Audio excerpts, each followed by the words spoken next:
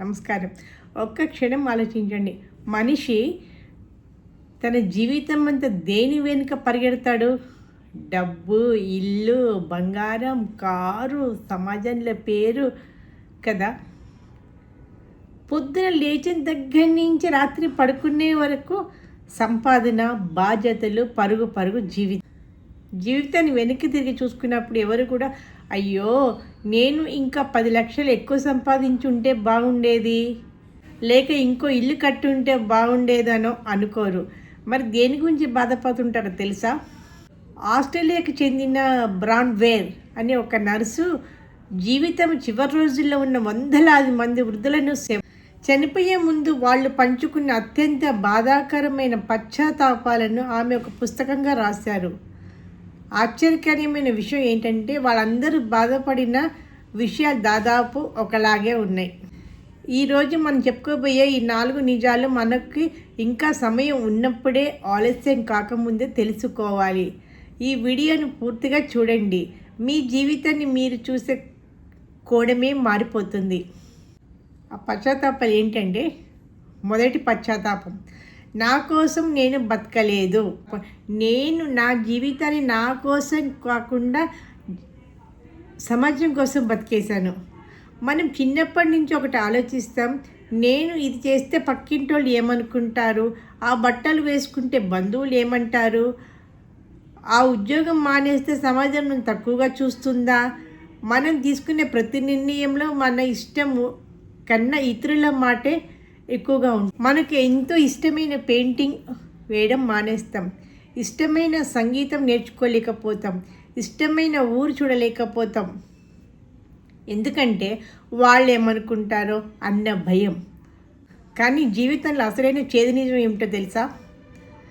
మీరు కష్టాల్లో ఉన్నప్పుడు ఆ సమాజం వచ్చి మీకు సాయం చెయ్యదు. మీరు బాధతో ఏడుస్తున్నప్పుడు ఆ చుట్టాలు వచ్చి మీ కన్నీళ్లు తుడవరు. మీ జీవితానికి, మీ ఆనందానికి బాధ్యత పూర్తిగా మీరే. మరి నా కళను చంపేసుకుని ఎవరి కోసమో బతికేసని అనిపిస్తుంది. అందుకే మిత్రులారా, ఇంకా ఆలస్యం కాలేదు. ఈ రోజు నుంచైనా మీకు నచ్చిన ఒక చిన్న పనిని చేయండి. తోట పని చేయాలనుందా చెయ్యండి. పాత పాటలు వినాలనుందా, పాడాలనుందా వినండి, పాడండి. ఇతరుల కోసం కాదు, మీ మనసు కోసం బతకడం నేర్చుకోండి. ఇక రెండవ పశ్చాత్తాపం, నేను కుటుంబానికి సమయం ఇవ్వకుండా కేవలం పని మరియు డబ్బు వెనకే పరిగెత్తాను.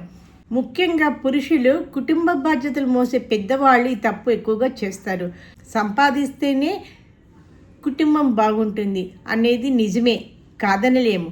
కానీ అదే సంపాదనలో పడి మీ పిల్లలు ఎప్పుడు చిన్న పిల్లల నుంచి పెద్దవాళ్ళు అయిపోయారో మీరు గమనించారా?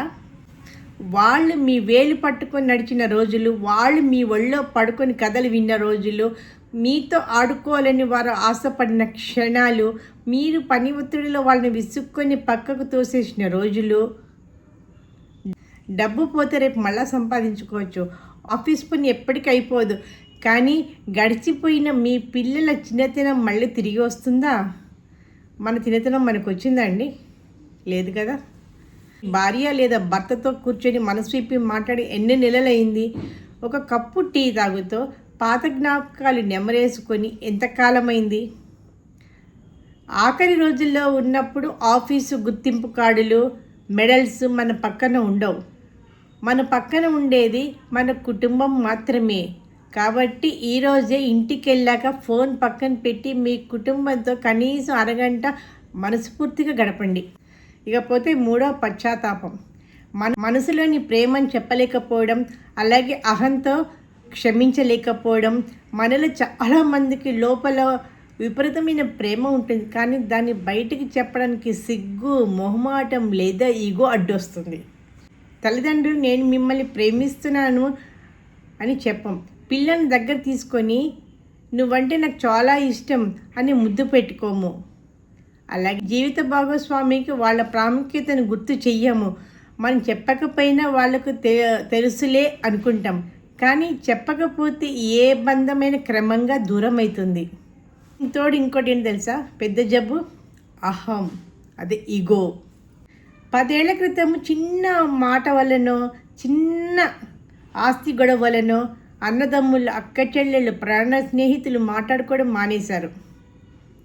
వాడే తగ్గాలి, నేనెందుకు తగ్గాలి అని ఏళ్ల తరబడి పంతంతో బతుకుతారు. అని ఆలోచించండి, చివరి క్షణంలో ఆ మనిషి లేనప్పుడు మీ అహం మిమ్మల్ని కాపాడుతుందా? అయ్యో, ఈరోజు ఒక్క మాట తగ్గి మాట్లాడి ఉంటే మా బంధం నిలిచేది కదా అని ఏడ్చినా లాభం ఉండదు. కోపం, పగ మన మనసుని విషంలాగా మారుస్తాయి. ఎవరి మనసుని నొప్పిస్తే వాళ్ళ కోసం కాదు, మీ మనశ్శాంతి కోసం వాళ్ళని క్షమించేయండి. మీకు ఎవరైనా ఇష్టమైతే ఇప్పుడే ఫోన్ చేసి మాట్లాడండి.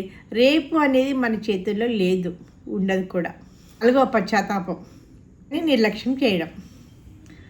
యుక్త వయసులో ఉన్నప్పుడు లేదా 30-40 ఏళ్లలో శరీరం మనకు బాగా సహకరిస్తుంది అన్ని విధాల. అప్పుడు మనం దాన్ని లెక్క చెయ్యం.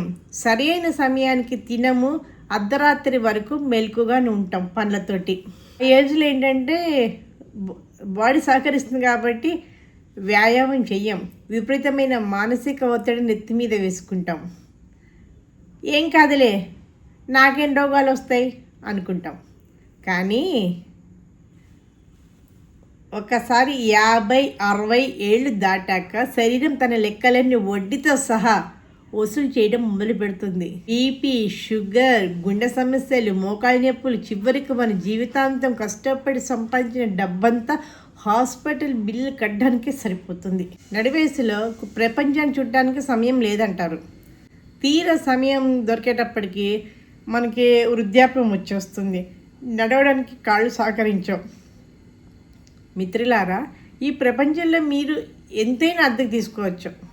మీ కారు నడపడానికి డ్రైవర్ని పెట్టుకోవచ్చు, ఇంటి పనికి మనుషుల్ని పెట్టుకోవచ్చు. కానీ మీ శరీరానికి వచ్చే రోగానికి, నొప్పికి మీ బదులు అనుభవించడానికి ఎవరు ఉండరు, ఎవరు రారు. శరీరమే మీకు దక్కిన ఏకైక శాశ్వత ఇల్లు. రోజు ఒక 30 నిమిషాలు నడవండి, మంచి ఆహారం తీసుకోండి, మనసు ప్రశాంతంగా ఉంచుకోండి. జీవితం అనేది ఒక నాటకం లాంటిది. తెరపడే సమయానికి నేను నా పాత్రను అద్భుతంగా పోషించాను, మనస్ఫూర్తిగా బతికాను అని తృప్తి పడాలి తప్ప బాధ మిగలకూడదు.